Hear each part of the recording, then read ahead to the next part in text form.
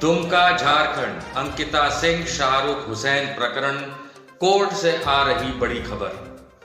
आपको ज्ञात हो कि शाहरुख हुसैन पे पॉक्सो की धारा 12 लगाई गई थी। एक भी गवाह, एक भी गवाही, एक भी कागजात एग्जीक्यूटिव मजिस्ट्रेट के समक्ष दिए गए पीड़िता द्वारा बयान के सामने साबित और सक्सेसफुल नहीं।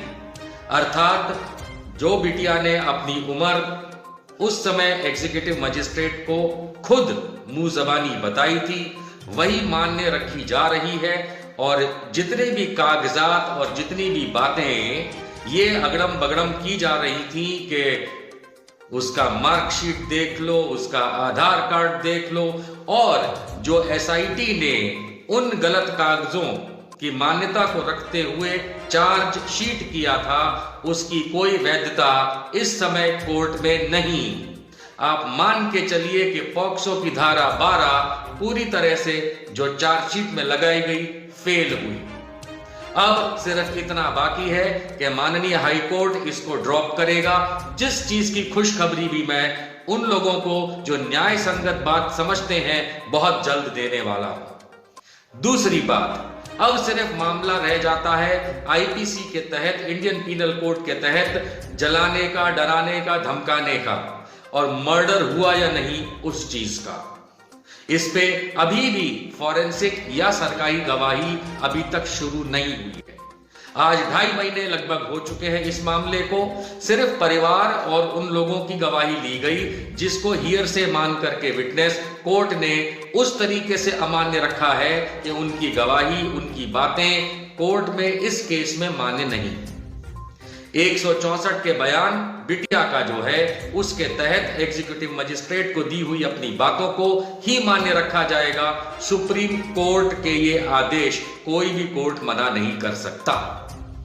तो अब ये मान करके चलिए कि कुछ ही दिनों में आपको रांची झारखंड उच्च न्यायालय से वो फैसला भी मिल जाएगा कि पॉक्सो की धारा 12 हटा दी जाए और केस में से गायब कर दी जाए। और आप लोगों के समक्ष होगा किस तरीके से प्रशासन ने जाने किस दबाव में आकर के ये गलत सलत धारा लगाई और जाने और कितनी धाराएं लगाई हो। कानूनी प्रक्रिया धीरे धीरे चलती है लेकिन बड़ी अच्छे से चलती है। दूसरी खबर आपको देता हूं।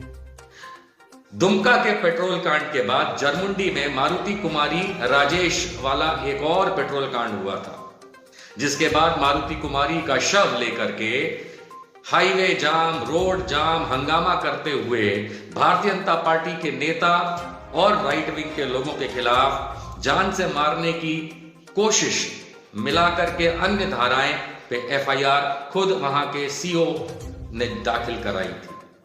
उस पर जब कभी भी मैंने जरमुंडी थाना में बात की है तो 2 ही बातें मालूम चली कि भाई आईओ को काम दिया है, आईओ संभालेगा।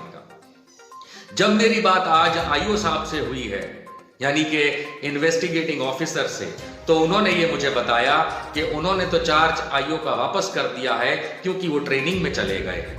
आज 2 महीना हो जाने के लगभग बाद भी ना तो जरमुंडी थाना, यानी कि जो वही दुमका जिला के अंदर आता है, एक भी उन्होंने कदम इस मामले में आगे नहीं बढ़ाया।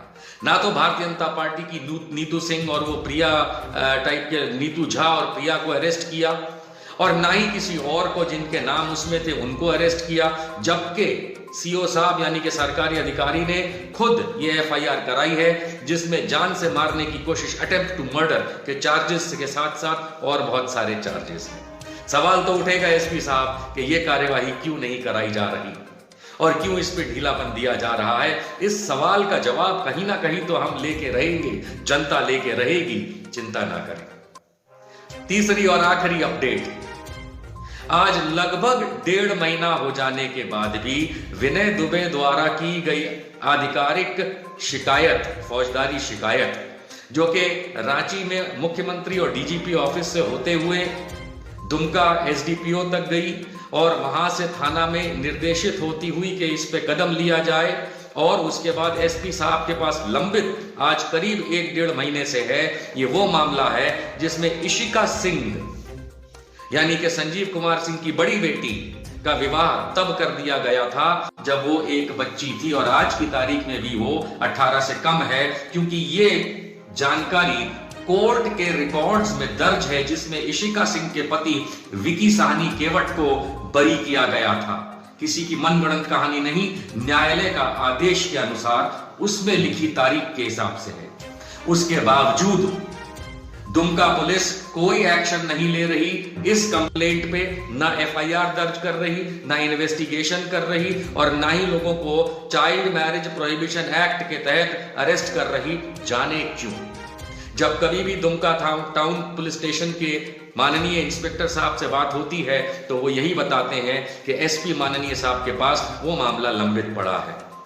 हम समझने की फिर कोशिश कर रहे हैं कि एसपी साहब किस आधार पे इस मामले को लंबित आपके पास छोड़ा गया है और क्यों अभी तक विलंब हो रहा है। कृपया जनता को जवाब देने का कष्ट करें। हम लोग जानना चाहते हैं कि इतने भारी भरकम मामले में आप क्यों फौरन एक्शन नहीं ले रहे हैं। सविनय निवेदन है कि आप इस मामले को, चाइल्ड मैरिज प्रोहिबिशन एक्ट मामले को त्वरित हाथ में लें और निर्देश जो ऑलरेडी एसडीपीओ साहब ने दे रखा है थाना प्रभारी को, उनको कहें एफआईआर करके इस पे तुरंत एक्शन लिया जाए, क्योंकि ये बहुत बड़ा गुनाह है, आप जानते हैं। तो आज ये खुशखबरी के साथ मैं आप लोगों की विदा लूंगा कि शाहरुख हुसैन और छोटू नईम, ये जो पॉक्सो मामला है, इसकी अब कोई वैधता नहीं बची है। जितने लोगों को पतंग गलत सलत तरीके से उड़ानी थी वो अपना राजनीतिक उल्लू सीधा करने के चक्कर में उड़ा चुके हैं। और अब क्या हकीकत में शाहरुख हुसैन ने मर्डर किया या नहीं, बस इतना सा बाकी है। और मान के चलिए कि क्योंकि सारी गवाही जो है वो शाहरुख हुसैन के फेवर में जा चुकी है, और बचा हुआ जो भी फॉरेंसिक का मामला है आने दीजिए, उसको भी हम लोग कानून संगत तरीके से लड़ रहे हैं, लड़ते रहेंगे। इंशाअल्लाह जीत और फतेह सच की ही होगी। जय हिंद, जय भारत।